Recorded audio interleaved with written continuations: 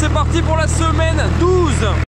Et pour commencer la semaine, on attaque avec la pose du paillage plastique pour la plantation des salades qu'on fera demain. Puisque encore une petite gelée peut-être demain matin et puis après on sera tranquille. Donc c'est pas exclu que je mette le P17 quand même. Mais si on peut s'éviter une petite gelée, on va attendre 24 heures.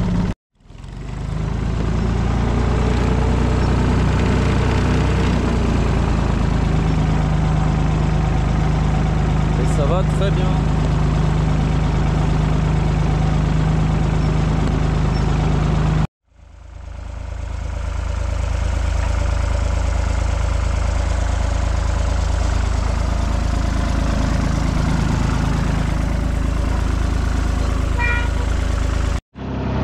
C'est déjà terminé ici. Je crois que c'est la première fois que ça va aussi bien. Alors cette semaine on va également planter les courgettes. Donc du coup j'ai attelé le cultirato et je vais faire du coup 4 bandes dans cette serre là. Alors déjà travail superficiel pour commencer, juste l'histoire de faire mes traces comme ça. Je mets mes engrais et ensuite je repasse un dernier coup définitif avant de filmer. Donc la courgette ça prend de l'ampleur, donc du coup on va faire uniquement 4 lignes de courgettes sur cette serre. Donc des bandes c'est 1,50 m, normalement on peut en mettre 6. Et là du coup je vais en mettre que 4. Parce que quand vous avez 4 lignes de courgettes, vous allez voir, ça prend toute la serre. Surtout en serre, les courgettes elles sont très volumineuses. Voilà, deuxième et dernier passage avant de filmer. D'abord on pose le tuyau goutte à goutte.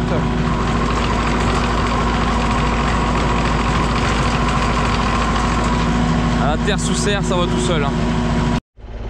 Alors les 4 tuyaux sont posés ici et comme je suis tout seul pour filmer en fait, ce que je fais pour éviter que le tuyau parte pendant le déroulage, je viens y mettre une agrafe ici sur le bord. Je viens pincer le tuyau, comme ça il est tendu, il va pas bouger. Parce qu'avec le rouleau qui roule sur la terre, ça a tendance à pousser le tuyau et après il fait des vagues. Allez c'est parti. Hop.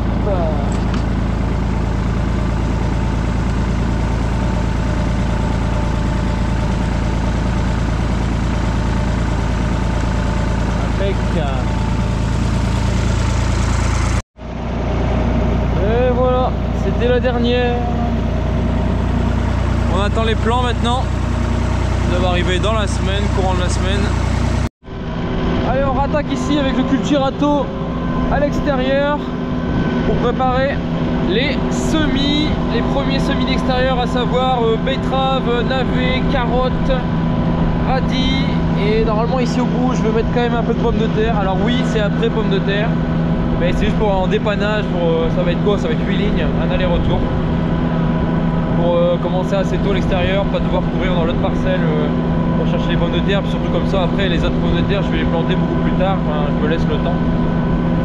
Voilà, histoire d'en avoir assez tôt. Bon et là contrairement aux salades et les choux, je descends plus profond. Alors c'est le premier passage, hein, je vais encore mettre l'engrais. Et je descends plus profond parce que notamment pour les carottes c'est important d'avoir la profondeur pour avoir une longue racine et qu'il y ait de la terre fine assez profond pour pas que ça rencontre d'obstacles et que ça fasse des carottes fourchues ou tout simplement qu'elles arrêtent de grossir, de s'allonger plutôt. Allez, chargement de l'aspargite dans les pendeurs à nappe.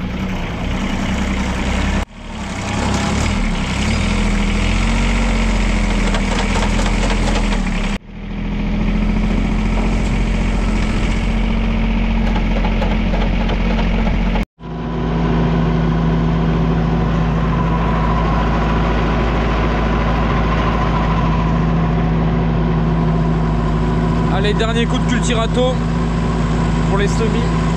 Ici carottes, betterave, navet. Là je suis justement sur les carottes, donc assez profond.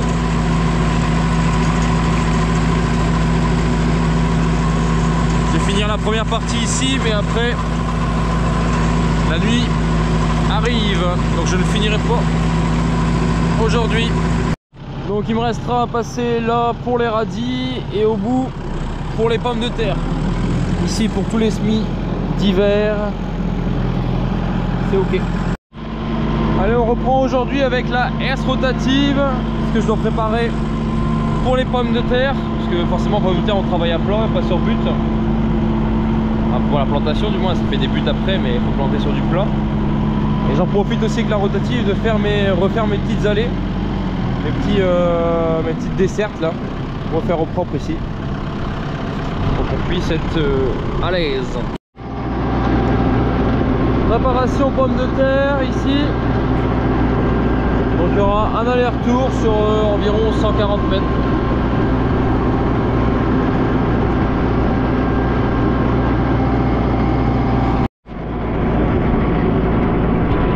Et voilà le deuxième passage. Et tout est prêt à planter et à semer. Tout est quadrillé, toutes les parcelles sont prêtes, fertilisées. On n'a plus qu'à venir faire les plantations et les semis. On change de monture avec la planteuse à choux. Tous les plants de choux y sont. On a des brocolis, des choux-fleurs et un peu de choux pointus. Ce matin, en fin de matinée, j'ai dû m'absenter. Pendant ce temps-là, ils ont planté les salades. Et 2 caisses d'épinards aussi.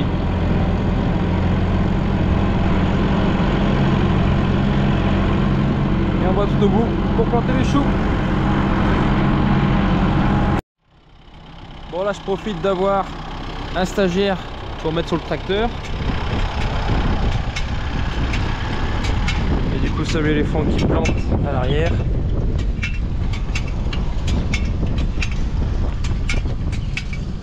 Et sans avoir réglé, c'est impeccable.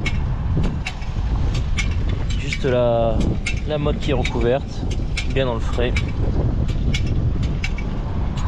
Impeccable pour la reprise.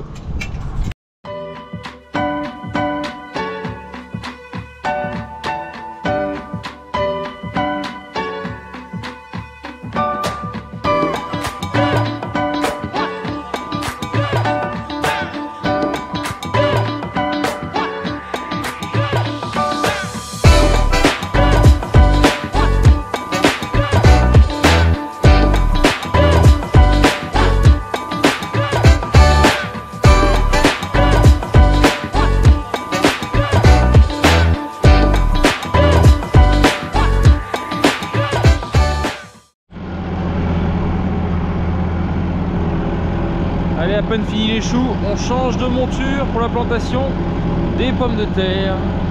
Et ouais, c'est ça le maraîchage, on passe toujours de l'un à l'autre.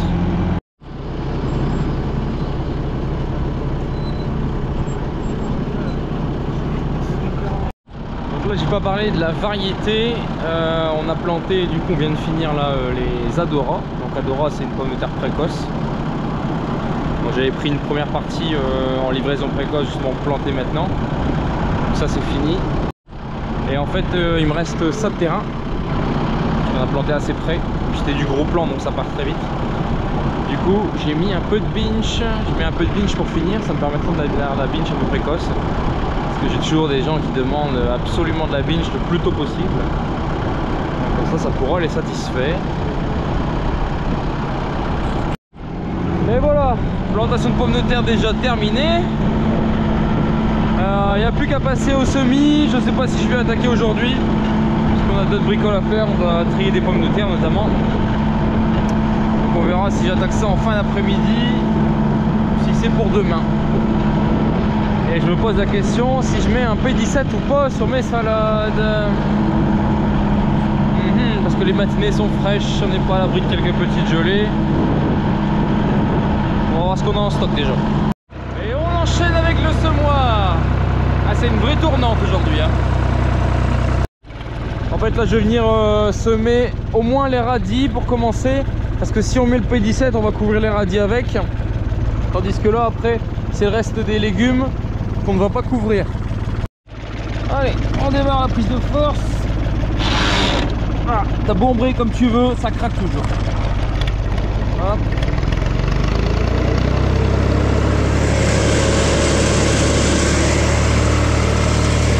Petit réglage et puis c'est parti.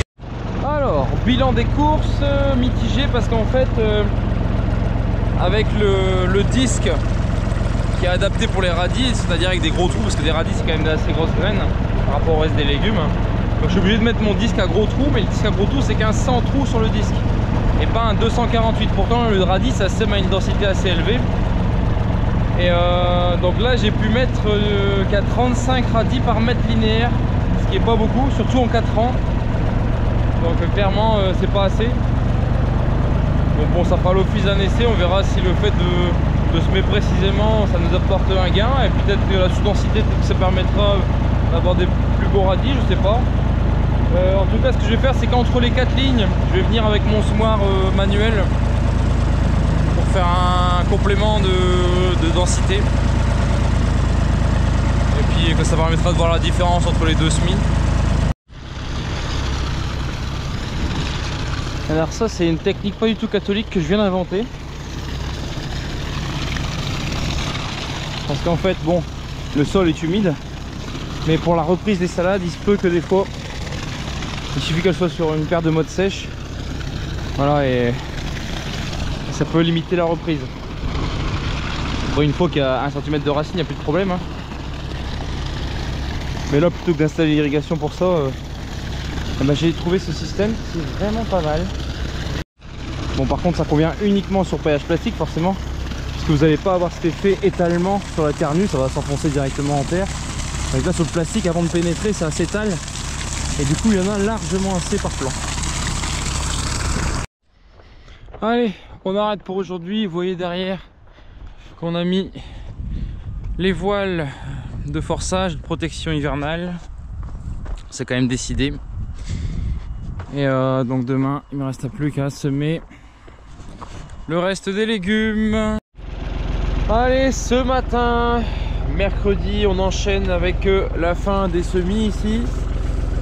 Et bon, problème inverse de hier avec les radis, c'est que là je vais attaquer des navets. Navets c'est des très petites graines hein. Comme on voit dans le sachet, on n'en voit pas forcément. Et sauf que je dois pas mettre ça à une grosse densité. Bon, du coup normalement il me faudrait là le disque sans trou, donc c'est celui-là. Alors que pour la taille des graines il faudrait le disque 248 trous. Sauf que pour la densité, si je mets le 248 je suis trop espacé, enfin je suis trop dense. J'arrive à 35 graines au mètre je crois, au plus petit. Et ce qui est un peu trop, surtout en 4 ans. Donc du coup je vais quand même essayer avec le disque à gros trous. On va mettre les sélecteurs au maximum et on verra ce que ça donne. Et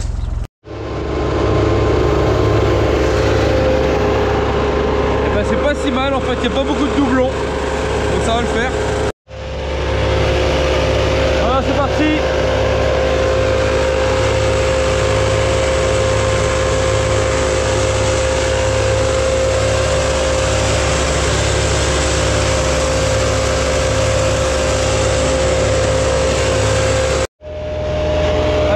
Ici avec les betteraves rouges.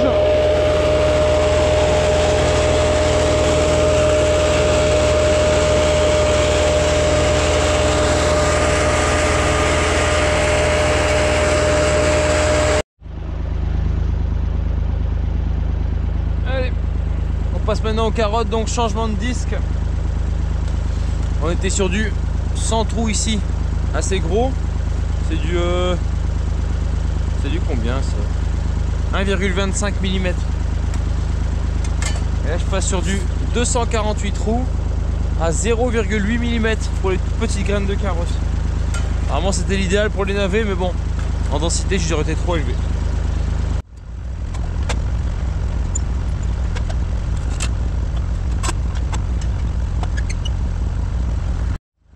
Et là on va semer des maestros.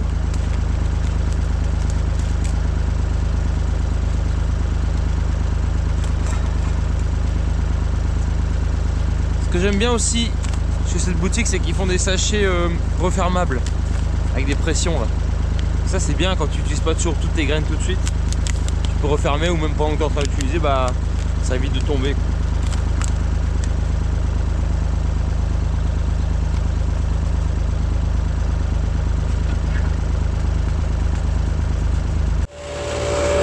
ça va vraiment bien. Quand t'as le disque parfaitement adapté, c'est le top.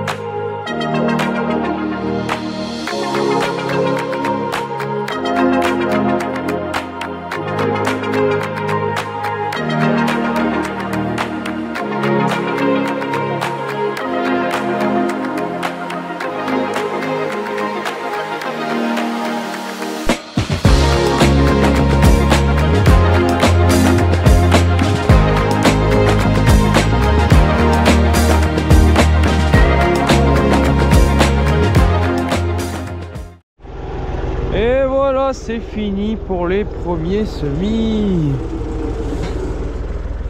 On va quand même regarder un petit peu ce que ça donne.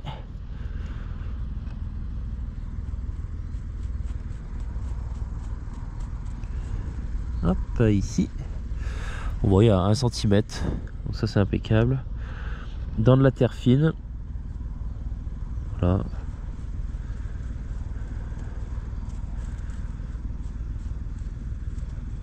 Voilà, impeccable. On ne peut mieux.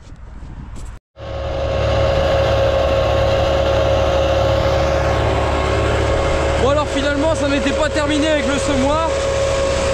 Puisqu'on on sème là la pépinière de poireaux.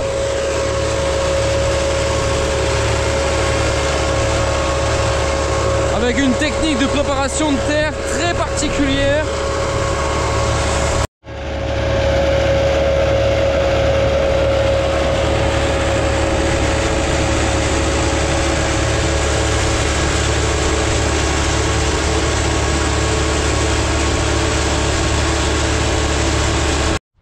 Bon, un peu de calme pour vous expliquer du coup la méthode utilisée là. En fait, cette méthode, c'est la méthode de l'occultation. C'est-à-dire qu'en fait, on vient bâcher la terre longtemps à l'avance. Même, on peut même le faire 1 an à l'avance.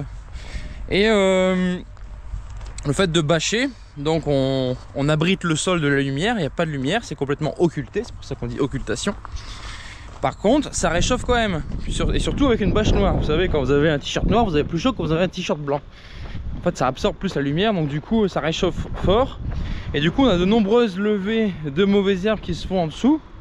Sauf que quand elles lèvent, après elles rencontrent pas de lumière, donc du coup elles peuvent pas se développer et elles meurent. Et ça, on a plusieurs cycles de développement de mauvaises herbes qui meurent à chaque fois. Donc ce qui fait qu'après une grande période d'occultation, plus elle est longue, au mieux c'est. On est censé avoir un stock semencier en surface qui est réduit à peau de chagrin, on va dire. Enfin, du moins c'est ce qu'on espère. Et pourquoi on fait pas ça pour toutes les cultures en semis? Parce que tout simplement c'est une méthode quand même assez fastidieuse, faut bâcher, c'est quand même assez onéreux hein. Si on devait mettre du plastique à chaque fois avant pour l'enlever pour pouvoir semer, je vous raconte pas. Mais là le poireau pépinière, c'est particulier parce que c'est une culture qui est très difficile à désherber. Donc plutôt que faire du paillage, du désherbage manuel, on est mieux à faire ça, à engager un peu d'argent là-dedans plutôt qu'après désherber à la main. Ça c'est clair et net. Et donc quelques jours avant le semis, on vient débâcher, on laisse sécher si besoin, on laisse blanchir et ensuite on vient semer en superficiel sans avoir travaillé le sol surtout. Parce que si on travaille le sol, on va refaire lever des mauvaises herbes qui sont un peu plus profonds. Donc du coup voilà, l'idée c'est d'avoir travaillé au préalable, de bâcher et ensuite de venir directement semer là-dessus. On est jeudi matin et il y a quelque chose que je vais vous montrer qui m'a intrigué. C'est que de la route là, en passant, je voyais des échalotes qui étaient étendues sur le plastique. Donc je sais pas ce que c'est. Est-ce que c'est des corbeaux? Je viens de voir partir un faisan, mais je sais pas s'il était sur la bâche plastique ou pas, j'ai pas bien vu. Mais il y a un animal qui est venu pour s'amuser à sortir les échalotes. Et c'est récent parce qu'elle n'avait pas encore fait de racines. Parce que si on regarde un plan, voilà ce que ça a déjà fait. Et là ils sont en train de bien s'accrocher, donc ça va bientôt plus poser problème. Mais je sais pas ce que c'est.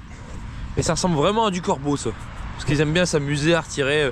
Je vois souvent ils retirent les plants de poireaux aussi dans les trous.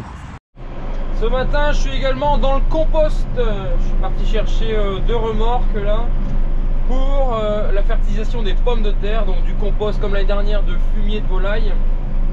Donc c'est un producteur de volaille à côté de chez moi qui composte son fumier. Donc c'est un compost très riche.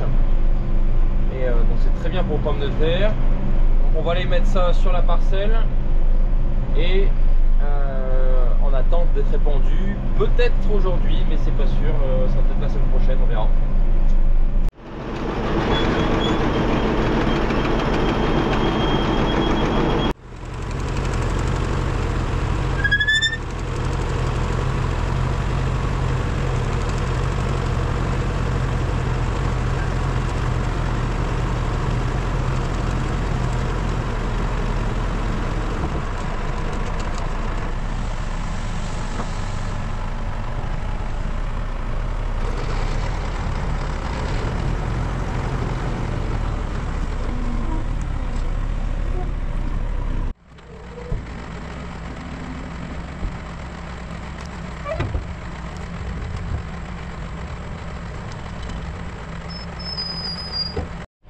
Bon bah le programme se précise puisque je viens d'appeler l'entrepreneur qui fait les épandages de pulvérillant et du coup il pourra venir ici en fin de matinée. Donc je décharge la benne, je vais la dételer provisoirement parce que je n'aurai pas avoir le temps de la laver, je la laverai un peu plus tard, ce soir ou demain.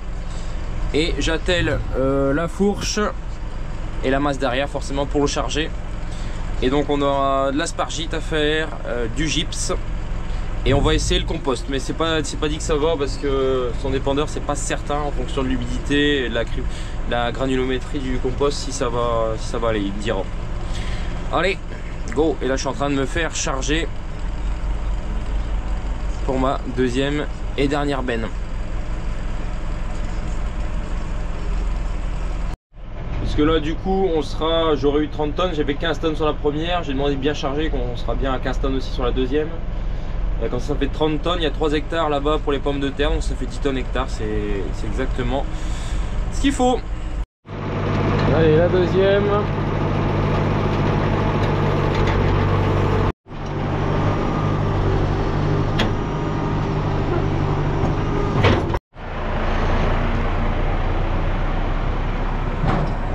Donc je vous prends après l'épandage de l'aspargite, puisqu'on a déjà fait le tour des parcelles en aspargite, enfin les parcelles qui étaient destinées aux légumes notamment. Donc on y a mis le tas d'à côté, même s'il en reste un petit peu. Et donc là je vais filmer pour la partie gypse, puisqu'on va en mettre, donc gypse sulfate de calcium, on va en mettre uniquement avant les pommes de terre en complément du compost. Je mets pas d'aspargite sur les pommes de terre puisqu'on a déjà le compost avec la fumure de fond où il y aura de la potasse et du phosphore déjà dans le compost. Et donc ça ici c'est un épandeur pagnien à plateau. Donc pourquoi un épandeur à plateau? Parce que ça permet d'être beaucoup plus régulier sur ce type de produit qui dose faiblement comparé à des produits compost ou fumier où on met 10, 20 tonnes hectares, 30 tonnes hectares des fois. On ne pourrait pas faire ça avec ce genre d'épandeur. Par contre là des produits comme ça pulvérilants, donc des poudres en somme, et ben c'est beaucoup plus précis puisqu'en fait on a un tapis qui amène à l'arrière sur une plus petite sortie et qui arrive sur des plateaux comme ça avec des pales, ce qui permet de reproduire un peu l'effet de l'épandeur à engrais. Donc c'est beaucoup plus précis, on sait faire des épandages de l'ordre de 500 kg, 1 tonne hectare. Là ici pour le gypse on va mettre 2 tonnes hectare avant les pommes de terre.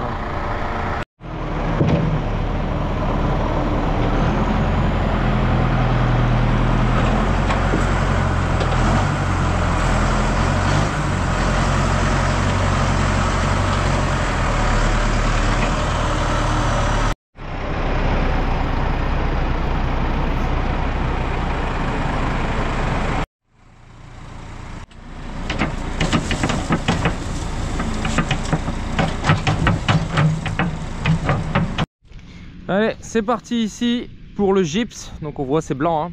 C'est du calcium principalement. On va en profiter pour faire décoller le drone.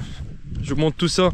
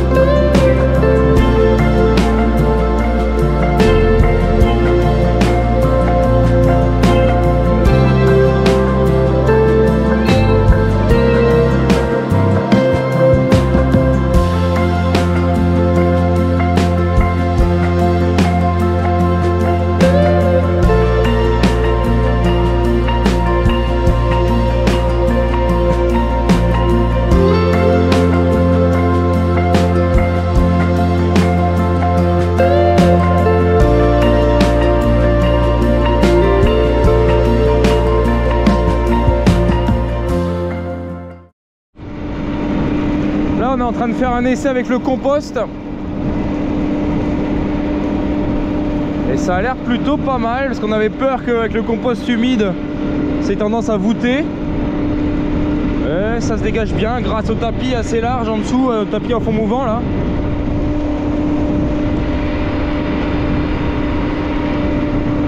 C'est pas mal. On voit derrière, on a une super répartition.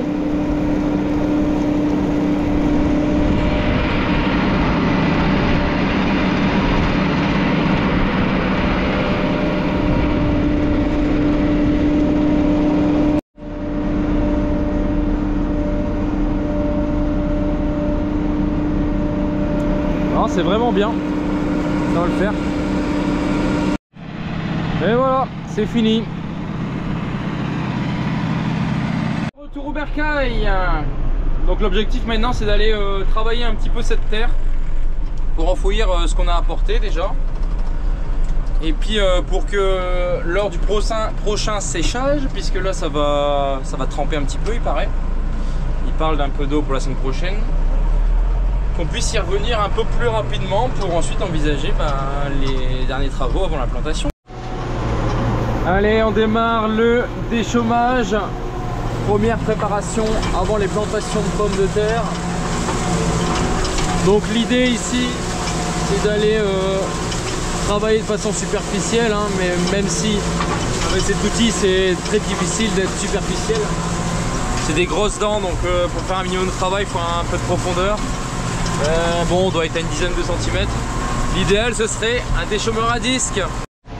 Parce que le déchômeur à disque, ça permet de travailler beaucoup moins profond, de travailler toute la surface, mais sur vraiment quelques centimètres. C'est le gros avantage, on a un meilleur débit de chantier, un bon mélange. Enfin voilà, pour un premier passage c'est souvent très bien. Parce que là en fait l'objectif c'est d'aller ouvrir pour faire entrer la chaleur. Parce que quand c'est compacté comme ça en surface, enfin, fermé, la température a du mal à monter. Donc premier effet. Deuxième effet, aider à la décomposition des résidus. Donc on mélange. Là vous voyez aussi que je prends le travail en travers, c'est-à-dire à perpendiculaire, pour avoir un meilleur mélange. Donc je vais en travers des lignes de semis du couvert. Ça mélange mieux, ça répartit mieux. Et donc le planning prévisionnel pour cette parcelle, c'est donc maintenant de laisser reposer, parce qu'il n'y a pas le feu et puis on est encore assez tôt. Surtout ils annoncent une mauvaise semaine, donc j'aimerais bien que ça sèche déjà bien. Comme ça après le fait de repleuvoir dessus, bah, la surface va se retravailler, va s'affiner facilement au moment de la préparation de terre, la préparation finale. Et avant la préparation finale, ce qui serait bien, ce serait de passer à un moyen de décompaction. Donc il y a plusieurs solutions, soit le labour, mais ce que j'ai envie d'éviter cette année ici, enfin, je pense que c'est pas nécessaire, je vais éternuer. Soit une fissuration. Alors fissuration, il y a plein de possibilités, hein. Nous ce qu'on a comme fissurateur à la COP, à la Cuma, c'est un cracker, donc c'est des grosses dents de reaper là, mais bon, ça fait le même travail qu'un labour si tu veux, mais c'est plus rapide et ça mélange tout. Mais à mon avis, ce qui serait bien ici, c'est d'avoir un fissurateur à dents droites, mais que je n'ai pas. Donc du coup, mais la personne qui est venue épandre ce matin en a un et pourrait éventuellement faire de la prestation. Donc j'envisage potentiellement de faire appel à lui pour faire fissurer. Alors outre l'aspect de non bouleversement du sol via la fissuration avec dents droites, ce qui est surtout intéressant, c'est qu'on va pas remonter du gras qui est sur le dessous. On va limiter le dessèchement en profondeur. On va juste aller en fait décompacter le profond.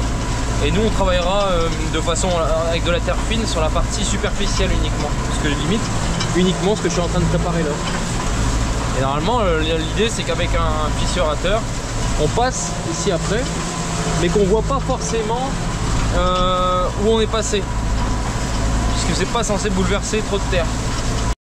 Ah oui aussi je voulais te dire, une des raisons importantes pour lesquelles il faut travailler le sol, pour enfouir la matière organique, pour deux raisons principales. La première, pour maintenir les éléments, surtout l'azote, même si c'est principalement de l'azote organique non lessivable et non volatilisable, contrairement à de l'azote minéral ou à de l'azote ammoniacal. Il y a une petite partie d'azote ammoniacal dans le compost de fumier de volaille là, mais c'est vraiment minime. Après je pense qu'il y a quand même une partie qui va très vite se métamorphoser en azote ammoniacal, donc c'est mieux d'enfouir. Mais surtout la deuxième chose, c'est pour les odeurs, parce que bon, on n'a pas encore la possibilité de vous transmettre les odeurs sur YouTube, mais vous voyez comment je suis entouré de maisons. En plus il fait beau, les gens, il fait bientôt 20 degrés là, bah, il doit faire 20 degrés. Les gens ont envie de profiter de leur jardin, je suppose. Et je vous avoue que le compost de fumier de volaille, c'est pas forcément l'odeur la plus agréable pour aller faire la bronzette dans le jardin. Moi je suis en train de finir, dernière fourrière. Et regardez ici le temps que ça a séché. Le temps de faire toute la parcelle. Ça a déjà eu le temps de blanchir ici. Et ça c'est vraiment de la terre très facile. Là franchement ça va tomber en miettes, mais hyper facilement. Alors peut-être pas dans les... à l'entrée de la parcelle c'est un peu humide. En fait c'est une parcelle qui fait une butte, donc ça a tendance à un petit peu rester humide sur les bouts. C'est un petit peu moins facile, mais bon ça reste... Et quand tu vois les mottes ici...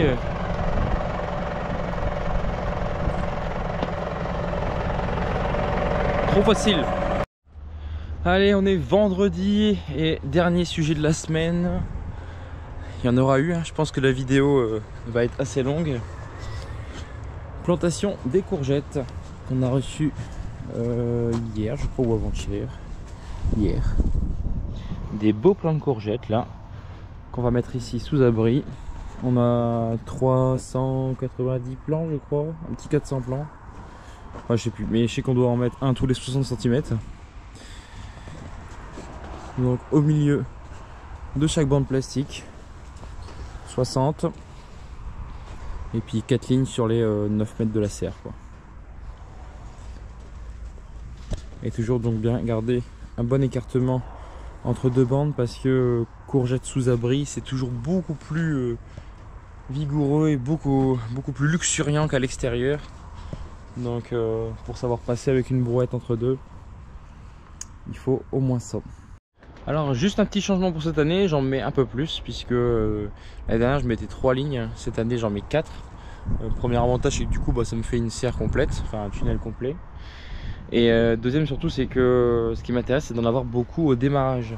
Parce que le problème de la courgette c'est que à un moment donné quand ça arrive à production, quand il fait un peu chaud, ça produit très vite. Et sauf qu'au début ça met toujours un peu de temps à démarrer, comme toutes les plantes.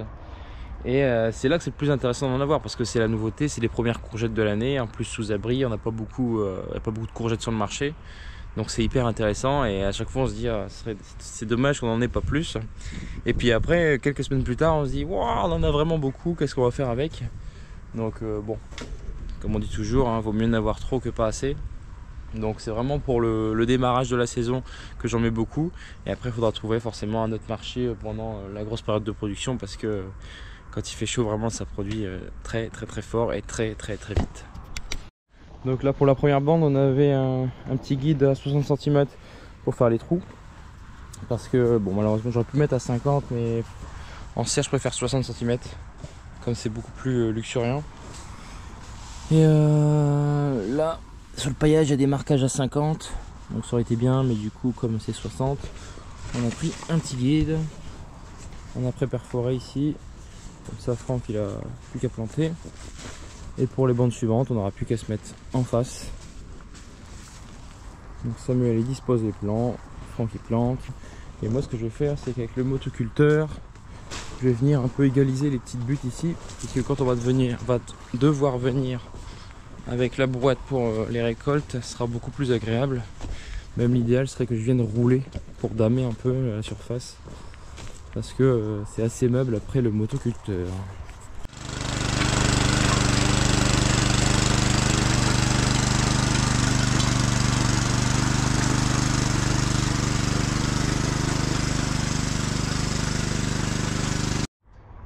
Voilà, maintenant que tout est aplati, je vais m'occuper des branchements d'irrigation. Mettre toutes les descentes, purger les tuyaux, enfin les nettoyer, et puis mettre les bouchons. Comme ça dès que c'est planté, on arrose un petit coup. Voilà, tout est planté, on a même préparé le P17, mais avant de le mettre, pour éviter de me faire avoir comme l'année dernière, je passe juste entre les rangs de courgettes pendant que c'est en train d'arroser. Et j'écoute s'il n'y a pas de fuite, parce qu'on peut pas le voir, mais on peut l'entendre. Quand il y a une fuite, ça psst. Et là c'est comme ça que tu te retrouves avec une mare, ou alors des fois un raccord qui est foutu, ou un tuyau qui est percé, que ça va pas jusqu'au bout du coup. J'ai eu le coup l'année dernière, en fait il y avait un raccord qui était mort. Et donc ça faisait une mare au bout. Et puis arrivé à la fin il n'y avait pas d'arrosage du coup. Voilà, ça semble être en ordre, donc je mets le P17. Et après je conclus enfin cette vidéo. Voilà, on va conclure la vidéo là-dessus. Je pense qu'on en aura vu assez pour cette semaine. Vous en avez déjà vu beaucoup. Je me rends compte que la vidéo va certainement durer un peu plus de temps que prévu. Parce que bon là je suis en train de... Au moment où je filme forcément j'ai pas fait de montage. Donc je sais pas du tout. Mais à mon avis, vu tout ce que j'ai montré, il y a de grandes chances pour que la vidéo dure un peu plus que d'habitude. Mais bon, c'est comme ça, c'est l'activité qui veut ça. Et comme ça, vous vous rendez bien compte de la réalité de l'activité maraîchère, surtout dans cette saison où c'est le redémarrage. Même si c'est un peu comme ça, je vous avoue, vous allez le voir au fil des semaines, ce sera un peu comme ça jusqu'à la fin de l'automne, au début de l'hiver, quoi.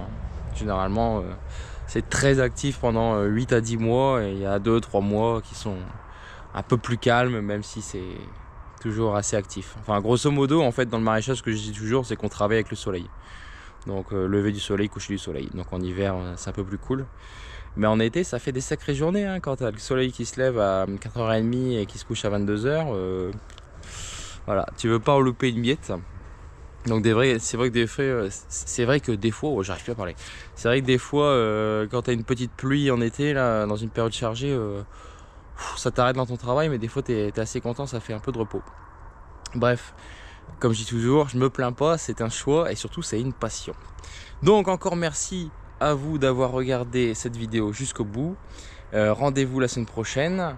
Et puis continuez à vous abonner si ce n'est pas encore le cas. Continuez à commenter, liker, partager les vidéos. Merci beaucoup à Nostocké. À la semaine prochaine.